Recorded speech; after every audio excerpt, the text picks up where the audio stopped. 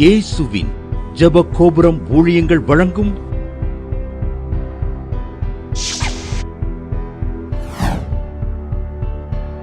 நம்பிக்கையிலே சந்தோஷமாயிருங்கள்.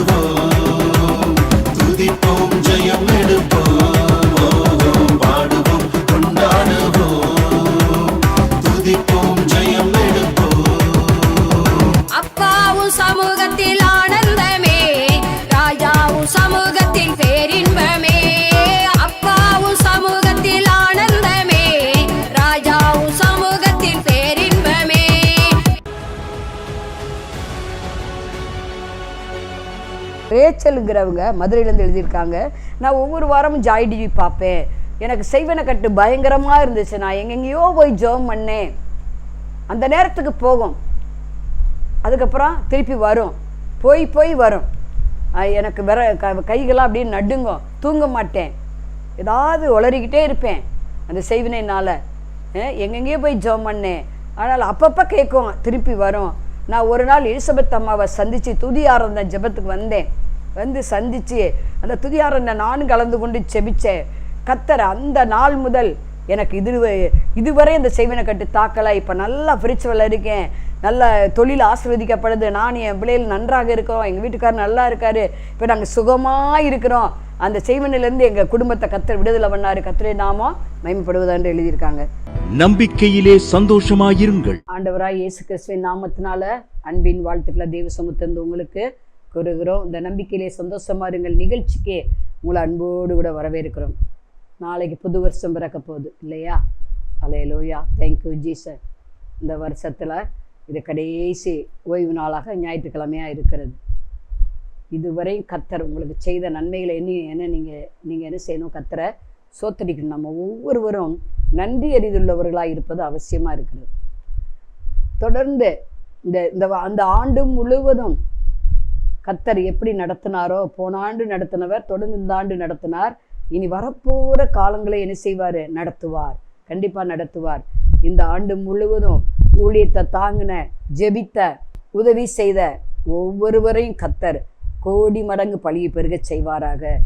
நீங்கள் ஜெபிச்சிங்க இந்த ஊழியங்களுக்காக, ஒரு சிலர் கொடுத்தீங்க, ஒரு சிலர் நல்ல உழைச்சிங்க இந்த ஊழியத்துக்காக. கர்த்தர் அதுக்கு ஏற்ற பலனை என்ன செய்வார்? உங்களை நிச்சயம் தருவார். அநேகர் விசாரிச்சிங்க, கர்த்தர் உங்களை ஆசீர்வதிப்பாராக. வருகிற வருஷத்தில் நிச்சயமாக கர்த்தர் ரெட்டிப்பான நன்மை உங்கள் ஒருவருக்கு தருவாராக. நீங்கள் நிந்தப்பட்ட காலம், அவமானப்பட்ட வருஷங்களுக்கு சரியாக மகிழ்ச்சி ஆக்குவாராக. தடைப்பட்ட எல்லா நன்மைகளும் ஆசீர்வாதங்களும் அடுத்த வருஷம் நிச்சயம் உங்கள் வாழ்க்கையில் வரும். தொடர்ந்து இந்த ஊழியத்தை ஜெபத்தினாலும் பணத்தினாலும் உங்கள் நேரத்தினாலும் உங்கள் உழைப்பாலும் தாங்க மறவாதிருங்கள். அல்லேலூயா. தொடர்ந்து இதுவரை நீங்கள் எவ்வளோக்களோ இந்த ஊழியங்களுக்கு ஜெபிச்சிங்களோ, இந்த ஊழியத்துக்கு கொடுத்தீங்களோ, எவ்வளவுக்கு எவ்வளோ உழைச்சிங்களோ, அதை விட வருகிற வருஷத்தில் கர்த்தர் உங்களை அதிகமாய் கொடுக்க, ஜெபிக்க, உழைக்க, பல மடங்கு கொடான கோடி நீங்கள் எல்லாவற்றிலும் பெருக கர்த்தர் அனுக்கிரம் பண்ணுவாராக. தலையை தாழ்த்தி ஜெபம் பண்ணுவோம். பரலோக பிதாவே, நாங்கள் சோத்திரிக்கிறோம், துதிக்கிறோம். தேவாவிர அசைவாடி வீராக ஓ ராகா தீகா ராபோ ஷாபா தீகா பாபா லாபா ராபோ தீகா தகா லாபா ரபா. ஆண்டவரே, இந்த வருஷத்தின் இந்த கடைசி நாளுக்காய்மை துதிக்கிறோம். வருஷத்தின் ஆரம்பம் முதல் இந்த முடிவு நாள் வர உடைய கண்கள் எங்கள் மேலே வைக்கப்பட்ட தயவுக்கா நன்றி செலுத்துகிறோம்ப்பா. நீ செய்த எல்லா உரங்களுக்கா நன்றி. இந்த ஆண்டவரே, இந்த வருஷத்தின் இந்த கடைசி நாள் ஆண்டவரே, இந்த தேவ செய்திக்கு விரோதமாக வானமடத்தில் பொல்லாதாவிய பிரபஞ்சத்தில் அதிபதிய சேனைய பொல்லா சாத்தானம் தீய சக்தி வல்லமையில் அந்தர சக்தி எல்லா ஆதிக்கங்களை எழும்பாதவர் இவை எல்லாவற்றையும் நசரா இயேசு நாமத்தில் கட்டிந்து கட்டுகிறோம். தேவ பிரசன்னத்தை, தேவ சமாதானத்தை, இயேசு ரத்தத்தின் வல்லமையை பரிசுத்தாய் நாங்களுக்கு பிதாவின் சித்தத்தை, அற்புதங்களை, அடையாளங்களை எங்கள் ஆண்டவராக இயேசு கிறிஸ்துக்கு உலகெங்கிலும் சாட்சி தேவனை மகிமைப்படுத்துகிற காரியங்களை இந்த பிரேயருக்குள்ளே இயேசு நாமத்தில் கட்டவிழ்த்து விடுகிறோம். இதை பார்க்குற ஒவ்வொருவரையும் கர்த்தர் கிருபையின் ஆவினாலும், சத்தியத்தின் ஆவினால், மகிமையின் ஆவினால், வல்லமையின் ஆவினாலும் அலேலோயா அலேலோயா அலேலோயா ரகா தகா ரபா சபலா பரவா உம்முடைய அன்பின் ஆவினால் நிரப்புவீராக. இதை பார்க்கிற ஒவ்வொருவரும் எல்லாவற்றிலும் வாழ்ந்து சுகமாயிருப்பார்களாக. அலேலோயா ரகா தீகாப. இதுவரை நடக்காத காரியங்கள் புது வருஷம் நாளைக்கு பிறக்க போது நடப்பதாக. அலேலோயா ரிக்கா தகா ரவாலே.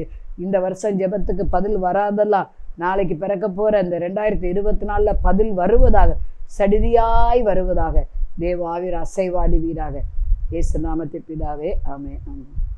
இந்த நாளில் எங்கூட இன்றைக்கு வருஷத்தின் கடைசி நாளாக இருக்கிறது. இதுவரை கர்த்தர் நமக்கு எத்தனையோ நன்மைகளை செய்திருக்கிறார். இந்த வருஷத்தை 2023 ஜனவரி 1 தொடங்கினவங்க இன்னைக்கு அநேகர் இல்லை. ஆனால் உங்களுக்கு எனக்கும் ஆண்டவர் ஜீவனை கொடுத்து வைத்திருக்கிறார். எத்தனையோ பலவீனங்கள் வந்தது, மரண போராட்டம் வந்தது, எத்தனையோ இக்கட்டுகள் வந்தது, எத்தனையோ ஆபத்துக்கள் வந்தது, எத்தனையோ அழுகின் பள்ளத்தாக்கு வந்தது. ஆனால் இது எல்லாவற்றிலிருந்து கர்த்தர் விடுதலை கொடுத்து நீங்கள் நான் நிர்மூலமாகாமல் அவருடைய சுத்த கிருபையினால் ஜீவனோடு சுகத்தோடு இருக்கிறோமே. எத்தனையோ பேர் படுத்த படுக்கையாக இருக்கிறாங்க. என்கிட்ட அநேகர் பிரச்சனையை சொல்லும்போது சொல்லுவேன், நீங்கள் போய் இப்போ கவர்மெண்ட் ஹாஸ்பிட்டலில் போய் பாருங்கள், ஒவ்வொருத்தரும் எப்படி கஷ்டப்படுறாங்க சரீர சுகத்துக்காக. உங்களுக்கு கர்த்தர் நல்ல சரீர சுகத்தை தந்திருக்கிறாரு. பணம் இல்லாத இல்லை, இது இல்லை, கடன், நல்ல சுகத்தோடு வச்சிருக்காரு. அதுக்காக கர்த்தரை ஸ்தோத்திரம் பண்ணுங்க.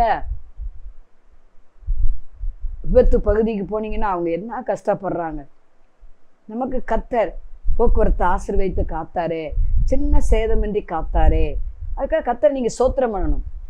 இன்றைக்கு செய்தியுடைய தலைப்பே துதியும் சோத்திரம்தான். ஏன்னா இந்த வருஷத்தின் கடைசி வந்திருக்கிறோம். கர்த்தரை துதிங்க. துதிங்கன்னா என்ன? பாடலினால் அவரை மகிமைப்படுத்துங்கள். 2 நாளாகமம் 29:30 சொல்கிறது, தாவீதின் பாட்டினால் கர்த்தரை துதித்தார்கள். துதிங்க. பாடலினால் அவரை மகிமைப்படுத்தணும். நீதிமானோ பாடி மகிழ்கிறான். நல்ல ஸ்தோத்திர பாட்டை பாடுங்க, துதி பாட்டை பாடுங்க. துதி எடுத்தா சாத்தா ஓடுவான், முறுமுறுத்தா திரும்ப என்ன செய்வான், வருவான். எப்படி துதிக்கிறது? பாடல்களினால் அவரை மகிமைப்படுத்துங்க. அல்லேலூயா.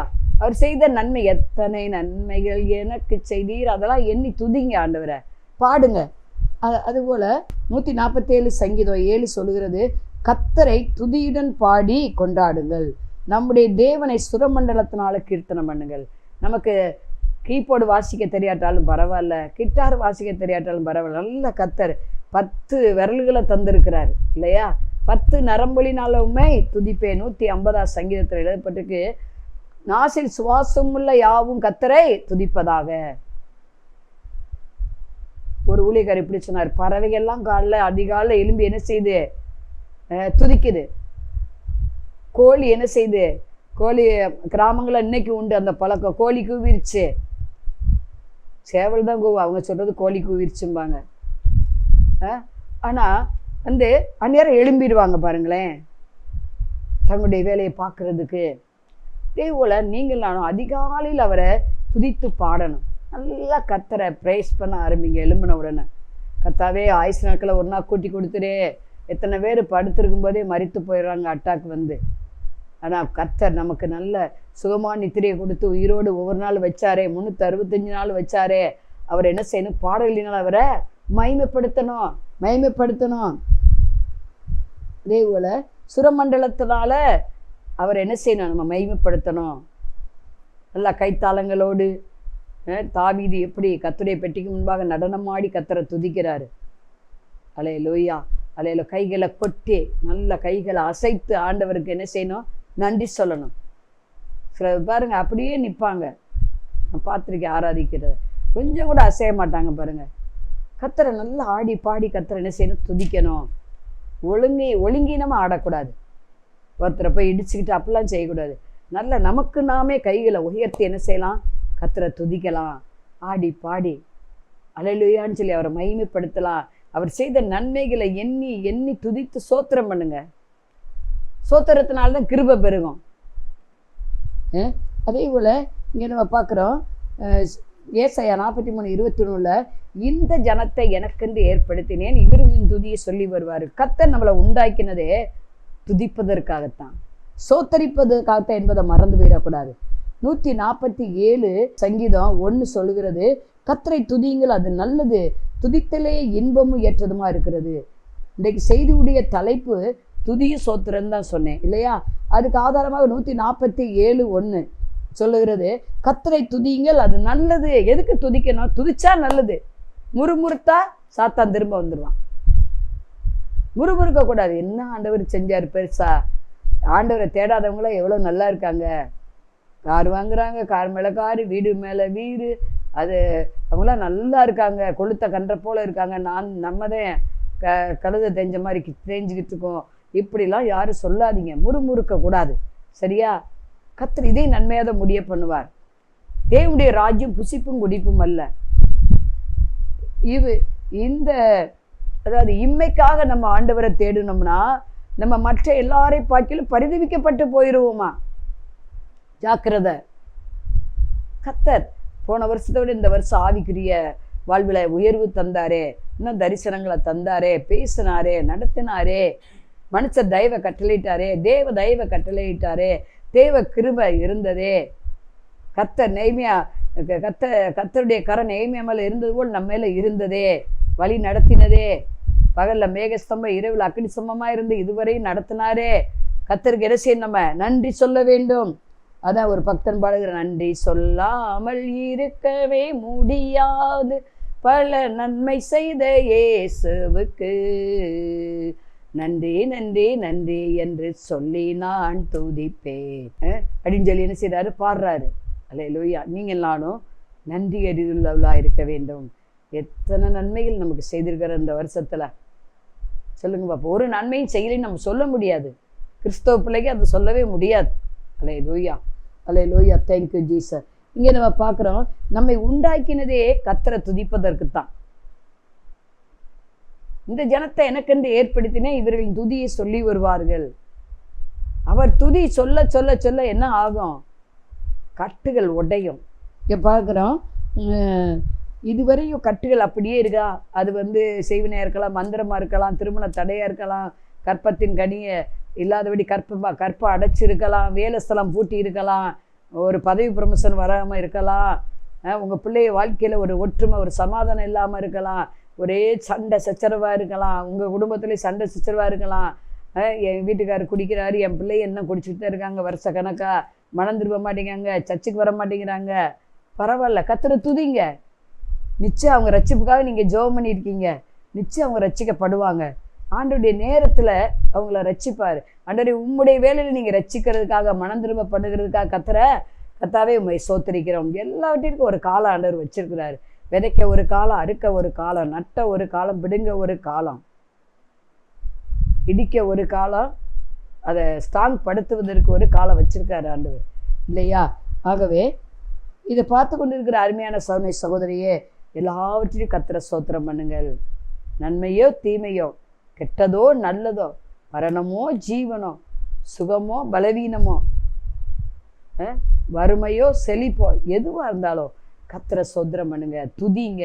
நீங்கள் துதிக்கும் போது என்ன நடக்குதுன்னா பாருங்க, அப்போஸ்தலர் 16:25 நடுராத்திரியே பவுலும் சீலாவும் ஜெபம் பண்ணி தேவனை துதித்து பாடினார்கள்.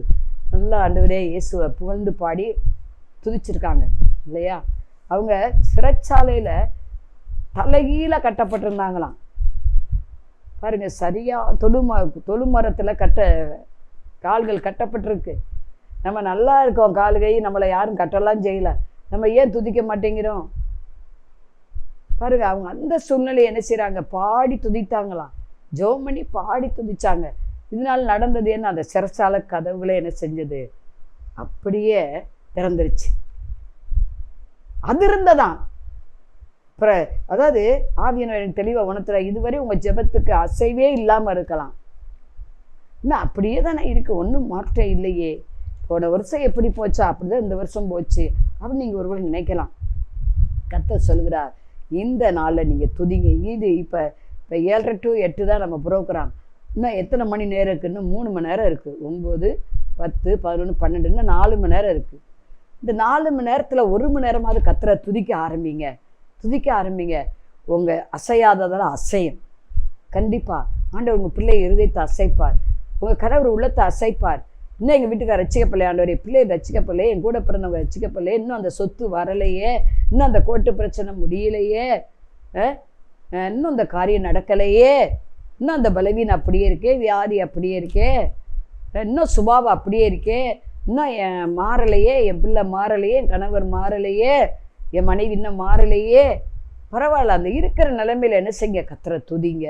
இன்னும் மாறலையப்பா, அப்படியே இருக்கே, இதுக்காக கர்த்தாவே உமக்கு ஸ்தோத்திரம், துதிக்கிற ஆண்டவரே.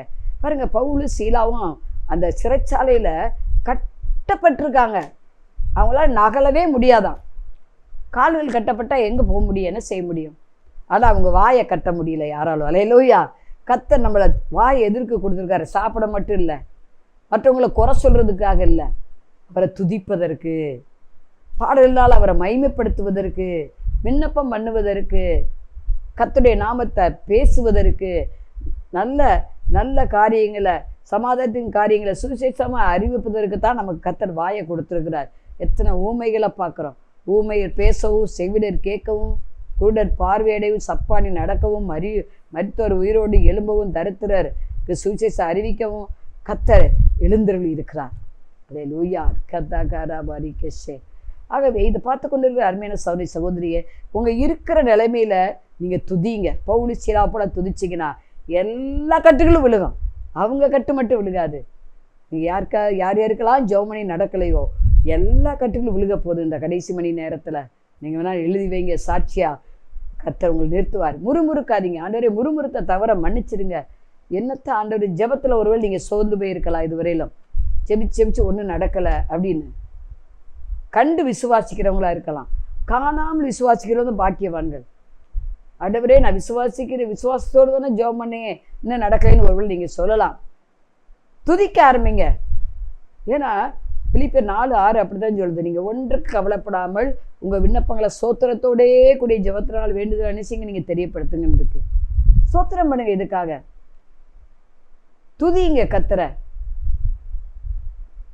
இடைவிடா நன்றே உமக்குத்தானே, ஏன இல்லா தேவன் உமக்குத்தானே, இடைவிடா நன்றி உமக்குத்தானே, ஏன இல்லா தேவன் உமக்குத்தானே, என்ன நடந்தாலும் நன்றியையா, யார் கைவிட்டாலும் நன்றியையா, என்ன நடந்தாலும் நன்றியையா, யார் கைவிட்டாலும் நன்றியையா, நன்றி நன்றி இடைவிடா நன்றி உமக்குத்தானே, ஏன எல்லா தேவன் உமக்குத்தானே.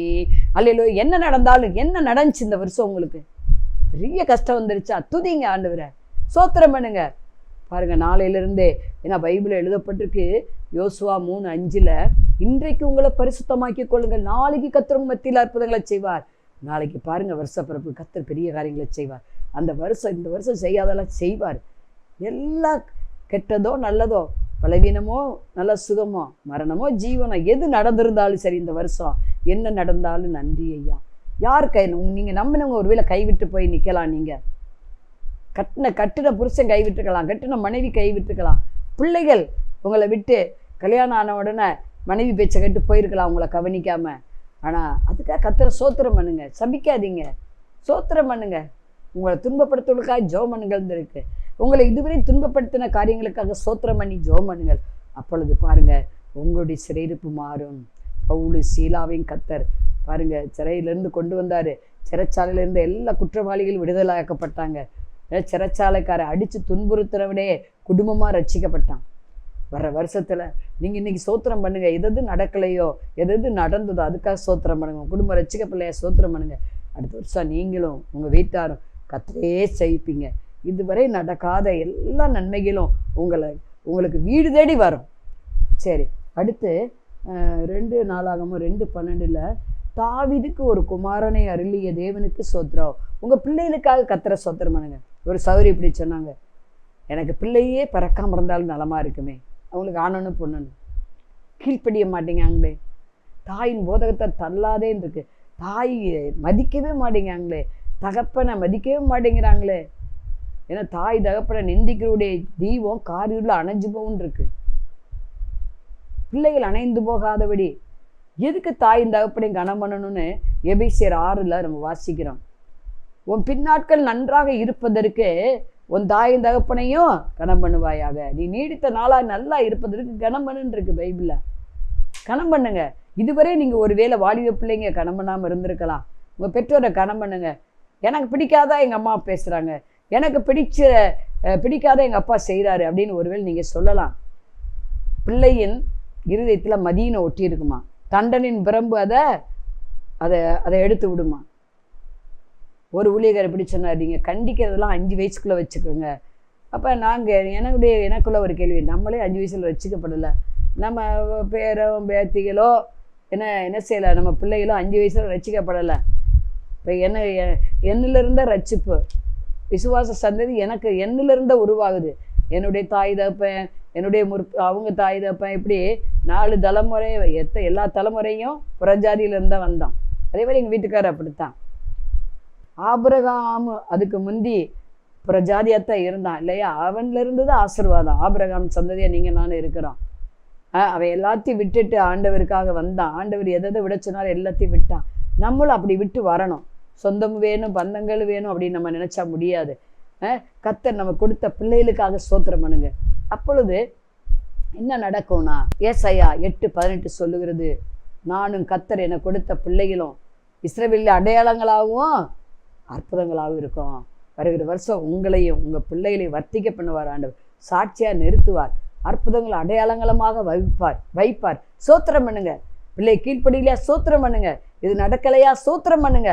துதிங்க கர்த்தரை. அப்போ வருகிற வருஷத்தில் ஆண்டவர் என்ன செய்வார், குடும்பமாக உங்களை சேவிக்கும்படி வைப்பார். ஒரு வீடு கூட இல்லையா, இந்த வருஷம் வீடு கட்டணும், நீங்கள் ஒரு வேளை ஜோம் பண்ணியிருக்கலாம், கிடைக்காம இருந்திருக்கலாம் அந்த வருஷத்து இந்த கடைசி நாள் வரை. இதுக்காக உமக்கு சோத்திரம். நீங்கள் கேட்ட வீட்டை விட கர்த்தர் பெருசாக தரப்போகிறன்னு அர்த்தம். பாருங்கள், லாசரு மரண வியாதினால பீடிக்கப்பட்டிருக்கிறான். ரொம்ப மோசமான கண்டிஷனில் இருக்கிறான். சொல்லி விடுறாங்க, மரியாள் மார்த்தாள் வந்தாரா, வரலை, இறந்து 4 நாள் கழிச்சு தான் என்ன செய்கிறாரு, போகிறாரு. ஏன்னா பெத்தானியா மக்கள் எல்லாம் ரட்சிக்கப்பட்டாங்க இது மூலம், அந்த லாசருடைய உயிர் தெழுதல்னால இல்லையா. மரியாள் மார்த்தாளுக்கு விசுவாசம் பெருகிச்சு. ஆண்டவருடைய பார்வையில் மரணமெல்லாம் ஒரு தூக்கம் மாதிரி தான். இதை பார்த்து கொண்டு இருக்கிற அருமையான சகோதரியை, நீங்கள் உங்கள் அன்பானவரில் ஒரு வேளை இந்த வருஷம் இழந்திருக்கலாம், கவலைப்படாதீங்க. ஆண்டவர் நிச்சயமாக உங்களுக்கு அந்த இழப்பை சரி கட்டுவார். ஒரு வருஷம் சரி கட்டுவார், கண்டிப்பாக சரி கட்டுவார். தெய்வல யோவான் 6:11 குறைவில் சோத்திரம் பண்ணுங்க. 5 அப்பம் 2 மீன் தான் இருக்குது. ஆனால் வந்திருந்த கூட்டத்துக்கு, ஏசு இருந்த காலத்தில் கூட்டத்துக்கு வந்தவங்க பாருங்க, 5000 புருஷர் அப்போ 5000 பேருக்கு மனைவி இருந்தால் இன்னும் ஒரு 5000, ஆளுக்கு 2 பிள்ளைங்க இருந்தால் கூட 20,000 பேர் ஆச்சு. போஷித்து 12 கூட நிறைய என்ன செஞ்சார் ஆண்டவர் எடுக்க பண்ணார். குறைவில் சோத்திரம் பண்ணுங்க. பொருளாதாரம் இந்த வருஷம் குறைஞ்சிருந்துச்சுக்கா, சோத்திரம் பண்ணுங்க, சோத்திரம் பண்ணுங்க. உங்கள் பிள்ளை கீழ்ப்படையிலையா, சோத்திரம் பண்ணுங்க. உங்கள் கணவர் ரட்சிக்கப்படலையா, சோத்திரம் பண்ணுங்க. இல்லை ரட்சிக்கப்பட்டிருக்கீங்களா அந்த வருஷம், சோத்திரம் பண்ணுங்க. கட்டுகளா ஊத்திரமா செய்வன கட்டு இன்னும் போகலையா, சோத்திரம் பண்ணுங்க. பவுல் சீலாவும் துதிச்சாங்க, சோத்திரம் பண்ணாங்க. சிறையிருப்பு மாறினது.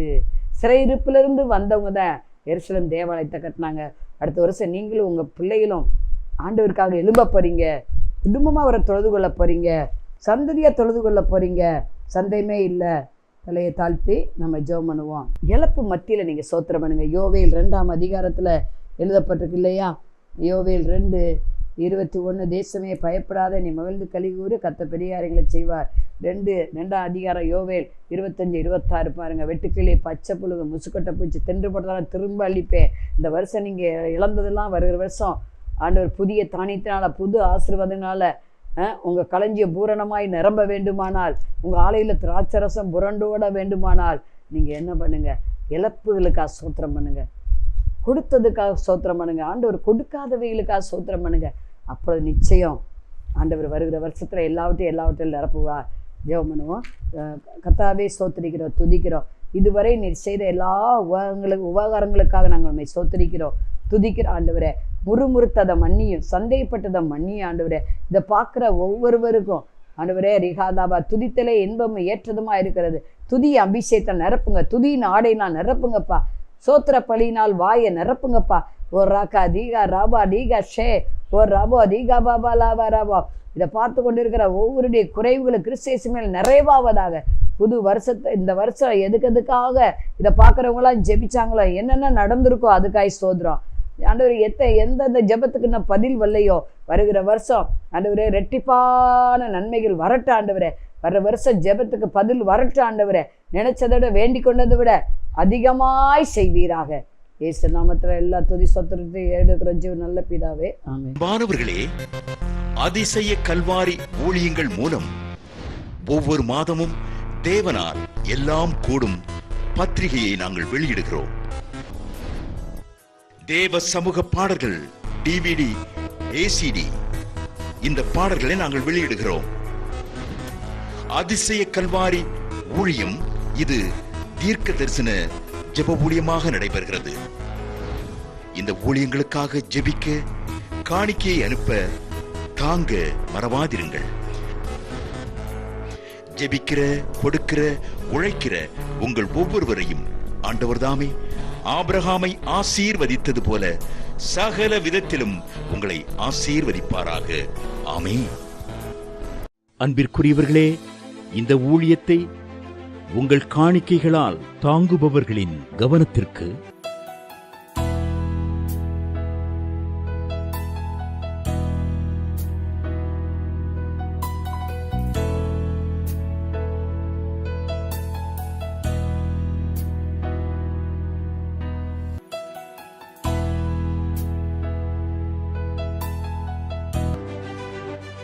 எங்களது முகவரி சகோதரி எலிசபெத் சுந்தர்ராஜன், எண் 27, பொதிகை தெரு, குழந்தை சாமி நகர், வண்டியூர், மதுரை 20. செல்போன் எண்கள் 9480177765 9095328172 மற்றும் 9439308550.